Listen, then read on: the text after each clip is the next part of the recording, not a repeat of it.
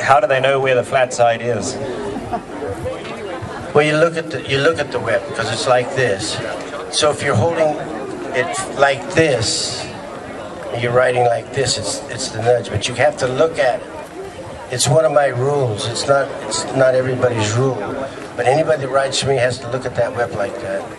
And it's amazing, people just pick up the whip and start riding with it. There's a technique and an advantage if you hold it right because of the pop. Take one there, then we get to Carol, right there. I just wanted to say, the second time I've heard Bruce, you should have him every year. He is the most informative person you have. I know you respect him, but he's great. Well, I'll agree with that. They said we should have Bruce every year. Absolutely great. You hear a whole different level of horse racing, and it really is the intelligent level. If everybody was there, it would be 100 times better, you know, so... Bruce is the Einstein of horse racing. I think I've just given him that name. You like that name, do you? We had Carol right here.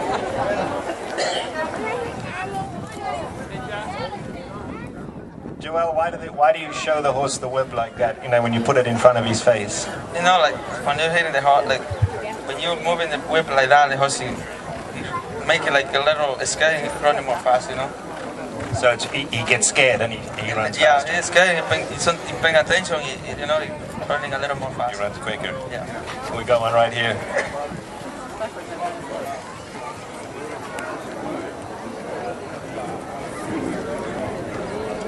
What about blinkers in racing? What are blinkers and what are they there for? Well, blinkers are as old as Roman times. And a horse's society is threats and a little abusive sometimes. If you see a herd of horses going, you'll see maybe they give bad looks. I think that's one of the things that made Kona so great. If a horse came at him, he'd do like this. So what you have to do, you have to take that vision away from those threats. You have to close down his vision so he can't see the horse next to him. So just through natural process of the horse in the herd, they've learned to respect. It's like you know, your father giving you a little deeper voice or yelling at you or something.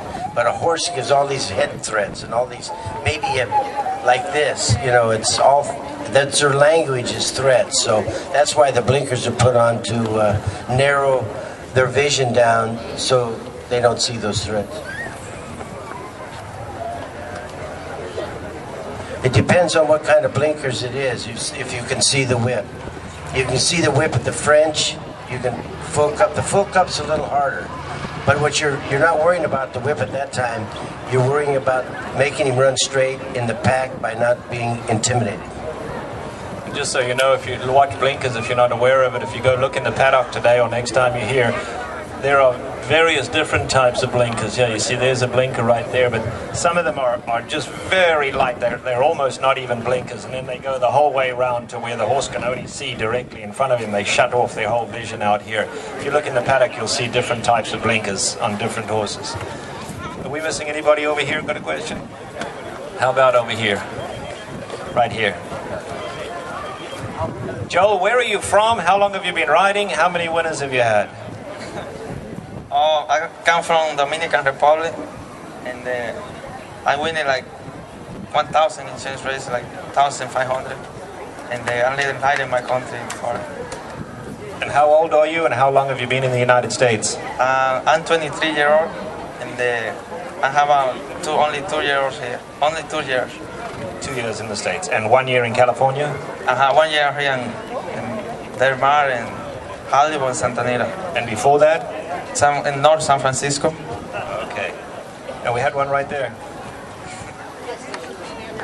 How do you feel about steroids and medication? How do you feel about steroids and medication in racing?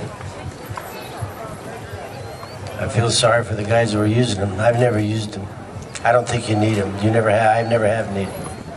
I mean, a horse has his own, you know, steroids in himself, and all the things they say that geldings need them. Kona Gold never had one. I've never. My vet bill is 0 I train my horses very hard. I buy the best looking horse I can. I train him very hard. I feed him very good. I got the best men taking care of him, and the methods I've learned from all the great trainers in the past, you know, in one person's head. I think a couple of them wouldn't want to be in there, but it's really been helpful.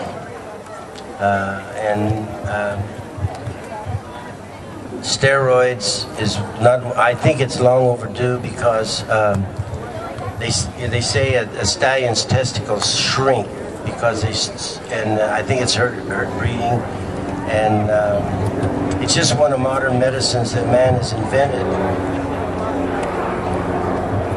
In all sports, swimming, now they say they're going to start testing golfers, so all of the countries in the world don't use them. And if you want to race someplace, which people are doing now, flying their horse around the world, you might as well not have steroids. But so I think it's a good thing. I've never used them, and I applaud the California Horse Racing Board. The end part there is it. You know, all the other well-known, sophisticated racing countries in the world, let's say England, France, Ireland, Australia, I'm going to say they're non-existent. You know, they're existent to such a small degree, you could say they're non-existent. So what does that prove? It proves that it can be done. I think that one of the big things is, though, if Bruce has a problem with a horse, he works with it, and it's time. That's what will get it right. The other guy, just give him an injection, let's get him out on the track, and let's see if we can win tomorrow. So it's a very convenient thing to use steroids. It's a very easy way out. Do we have one right here?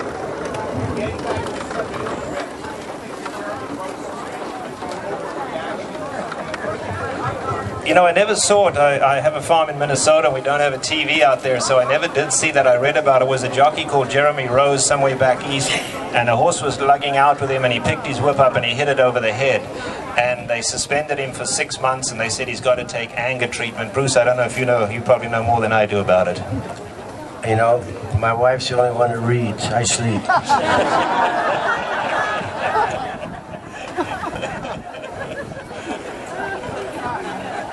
We got one right here.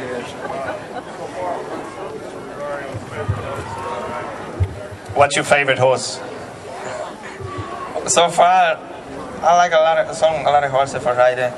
But so far, I like one horse for color game, dancing scheme. Dancing scheme is the name. Okay. Yeah. All right. Dancing scheme. Okay. Did we have another one over here somewhere? Right here, and then we get to you next. Curling on the turf. He didn't like grass.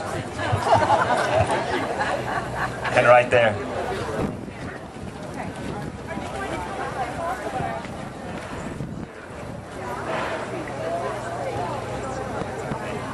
How often do you replace shoes? Let's say for two different questions. For a horse that's not racing, how often do you replace them? And when they come to race, do they need to have new shoes for every race?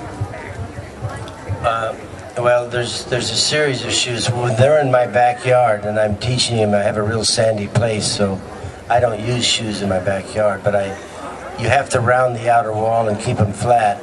But then as soon as they come to track and have to travel the hard roads, I usually put flat steel shoes on them, the first ones, and that's about for a 5-week period, from 30 days to 5 weeks. And then the next series will be the aluminums, and now with new surface racing with the no toe grabs, the very, very tiny toe grabs.